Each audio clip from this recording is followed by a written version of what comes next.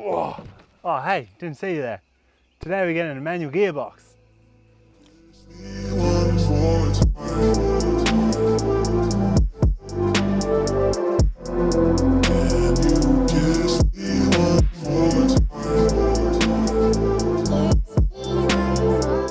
Today, we're going to start working on our budget build E36.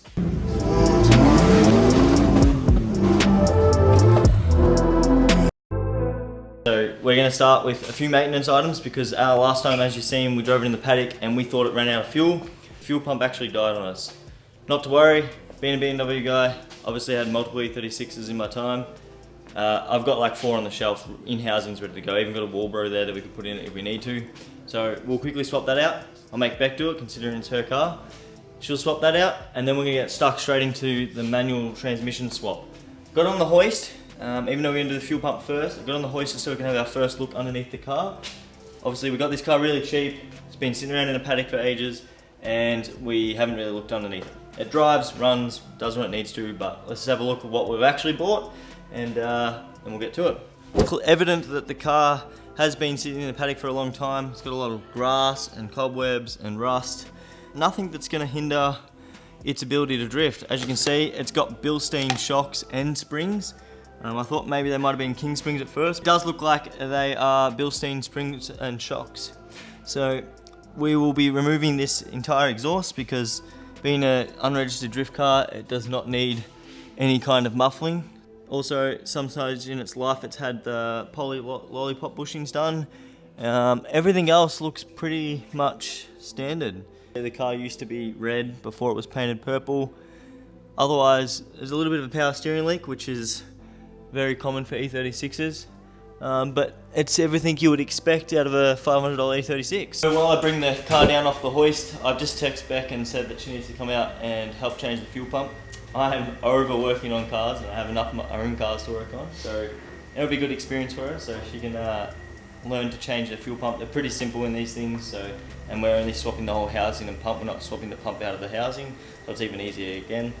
So we're going to grab her and then we'll get stuck into swapping the pump. There's plenty of videos out there showing you how to swap an E36 fuel pump.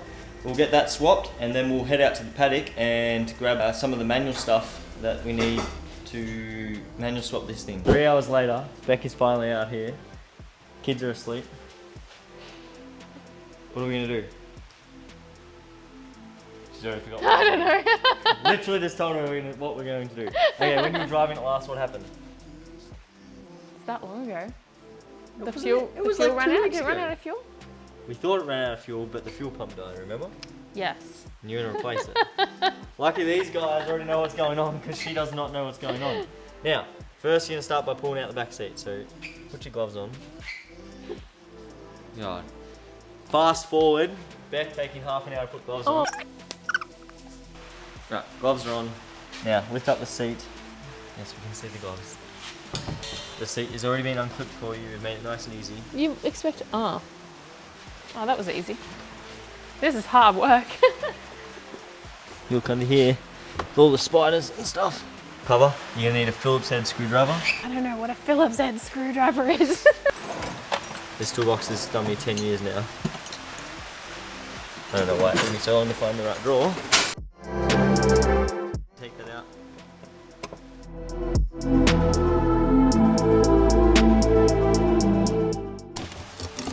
Yep. Now, those 2 plugs, you need to unplug them. What do you call that? It's not moving. Alright, hit it. That is my head. Hit it properly. Hey!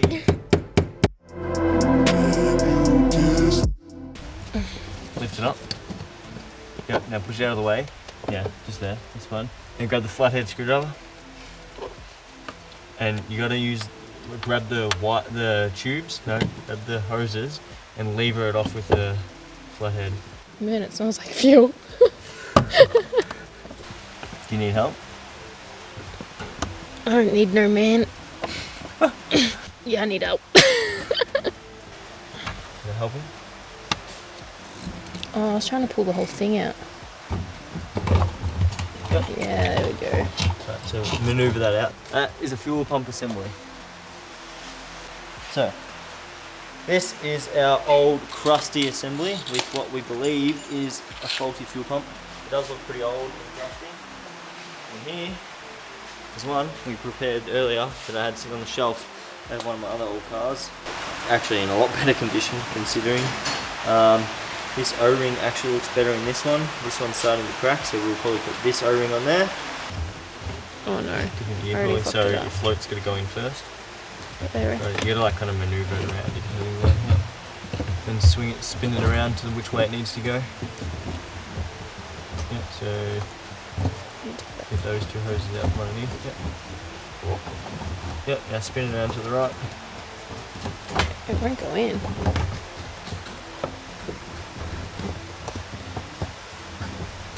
There's something in there stopping it. Oh, there we go. Yep. So I could do this myself. As I said, I'm overworking the cars, but it's really good for Beck to be a bit hands-on and get some sort of understanding on how to use tools. Sometimes, I mean, she can put some IKEA stuff together, but it never hurts learning some stuff anyway. So I should go on first. God. Do you need help? Yeah. So just grab the hose. Wow, why do you make it look so easy? Because just grab it and bending it further back here. And just slide it on like that. On. Yep. Slide that on. Push it on nice and all the way. Sorry, all the way. And then line up your hose clamp. Line up your new hose clamp on this one. And you just go do them up. And then lastly, you screw this on by hand and then just tap it into the screwdriver. And that is the fuel pump done. Once you plug everything back in, put this cover back on.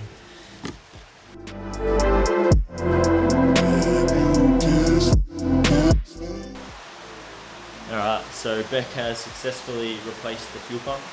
Now it's up to me to start the manual conversion. We'll get this thing back up on the hoist and have a look underneath, start removing the exhaust and all the other bits and pieces that we need to get access to the gearbox and pull that out. Unfortunately, it started raining today and it looks like it's set in properly, and I don't feel like going and pulling a manual box out of the car that's on its side in the middle of the paddock. So we won't be removing the manual stuff today, but we'll do that at another time. You'll see it in the same video, so you don't have to worry about that. But to taking this thing up on the hoist. So I got Jason here. Hello. He's helping me today. He actually helps me every day.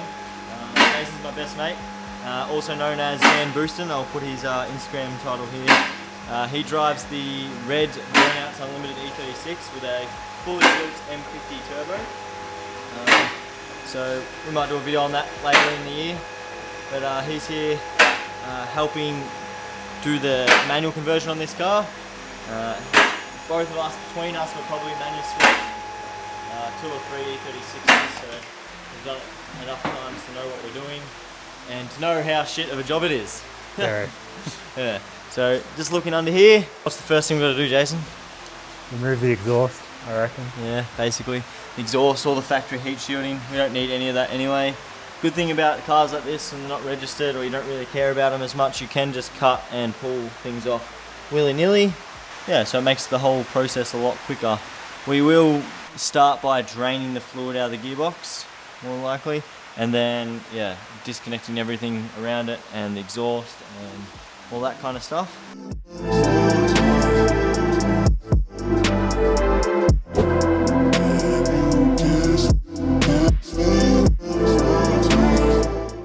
As you just seen, we took the exhaust and heat shield off. Jason's just trying to deal with our spider problem. This car has probably the most spiders that I've ever seen working on the car in this shed. As you can see, just going to capture that guy. He makes his way to the ground.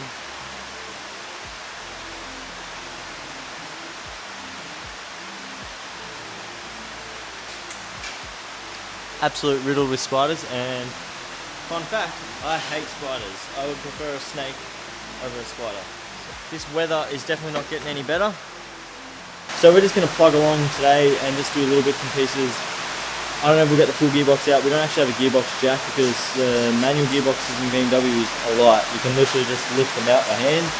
The autos, just looking at it, I think they're going to be a lot heavier, so I don't think we're just going to be able to lift it out by ourselves. So we might have to have a gearbox jack or someone or go buy one to make that happen.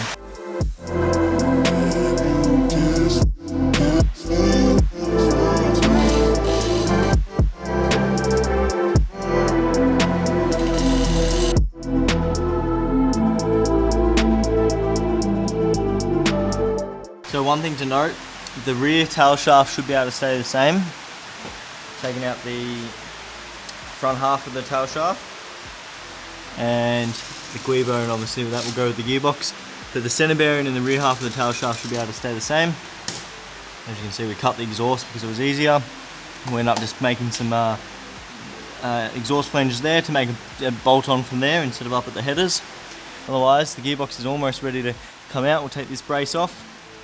Then it's the gearbox members, cross member, and then lower, disconnect the shifter and stuff, and then lower it down.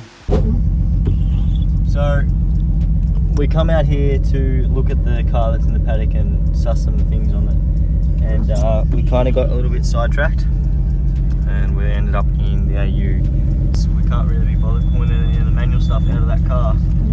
So at the moment we've got everything sorted up there. We just need to literally do the gearbox bolts, drop the gearbox out, and that's the automatic gearbox, and then we literally got to come out here and pull everything off the manual car, but yeah, it's just too wet, so we just thought we'd go for a spin in the paddock.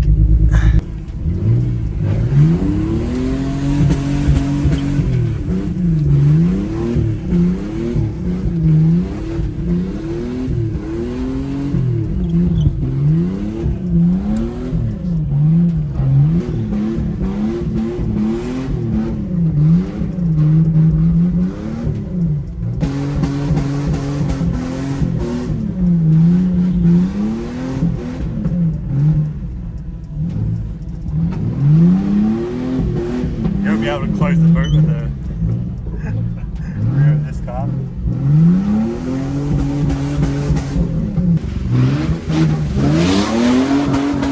Straighten up when we hit the ditch. Oh, I hit it so close.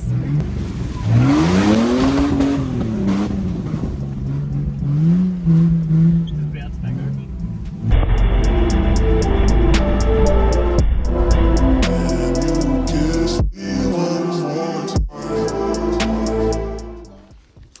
Alright, a couple days later and the weather has turned it on. Finished work, had dinner, and we've come out to the shed. We're going to go out and pull this manual gearbox out of the car while the weather's good. Got my trusty mower. This thing, I really need to build a trailer for it, but this thing is perfect because I cannot be bothered walking with all the tools out to the paddock. So we just jump on this.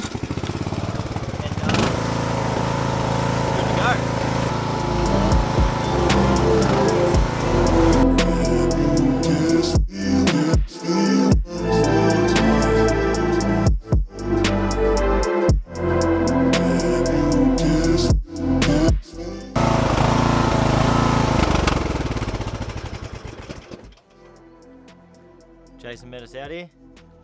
You got the gate. You ready to do this? Yep. Oh, don't sound so enthusiastic, mate. Can you keep it down there, mate? As you know, the car is on its side in the paddock. Super accessible. So if you ever got a car that you really don't care about and you just want the gearbox out of it, it makes life a little bit easier, especially if you don't have a hoist. So we unbolt the exhaust, or probably just cut it off because we really don't care. And then all we have to do is the 4 gearbox bolts here, then all the bolts on the gearbox, the starter motor, and looks like there's a plug there for the oxygen sensor that sits on the side. All the clutch sleeve and everything's still been removed. So we are missing some of the manual parts because we did sell them. The goal for today is just get the gearbox out before the sun goes down. If we do that, then I'm happy. We're just about to start and work out how we're going to take the gearbox off. We realise we probably don't even need to, and the gearbox isn't even connected to the gearbox mounts. So for those that don't know, this car is our old paddock car, and it was registered prior to this, and we used to take it out and rally it. It's been jumped, insert clip here.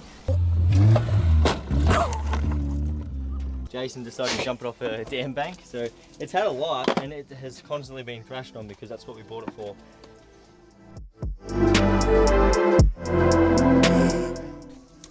I just want to interrupt. Check this out. That's the engine mount. Not connected. That's the other engine mount. Just gonna get a good shot of it. Also, not connected.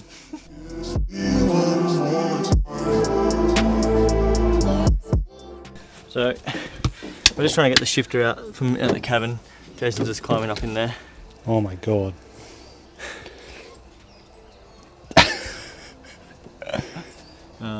I can't see anything, but I'm trusting that you can see and do what you need to do. And Somehow. check out that Burnouts Unlimited door card. Putting in the work. If you don't know, M Sport side skirts, mounted lower. Best looking E36 side skirt, better than any glass one you can get. So I palmed it off to Jason because we've gone from pulling out the transmission to just getting the clutch pedal and everything while we're here, because Jason's climbed inside the car to do the shifter, and he's going to do that there right now.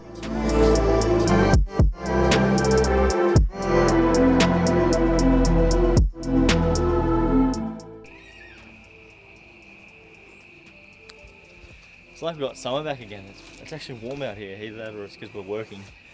I raced inside, gearbox was getting difficult. I raced inside, come back, and Jason somehow got the gearbox out by himself. So I think he filmed it, so I'll make sure that's in there.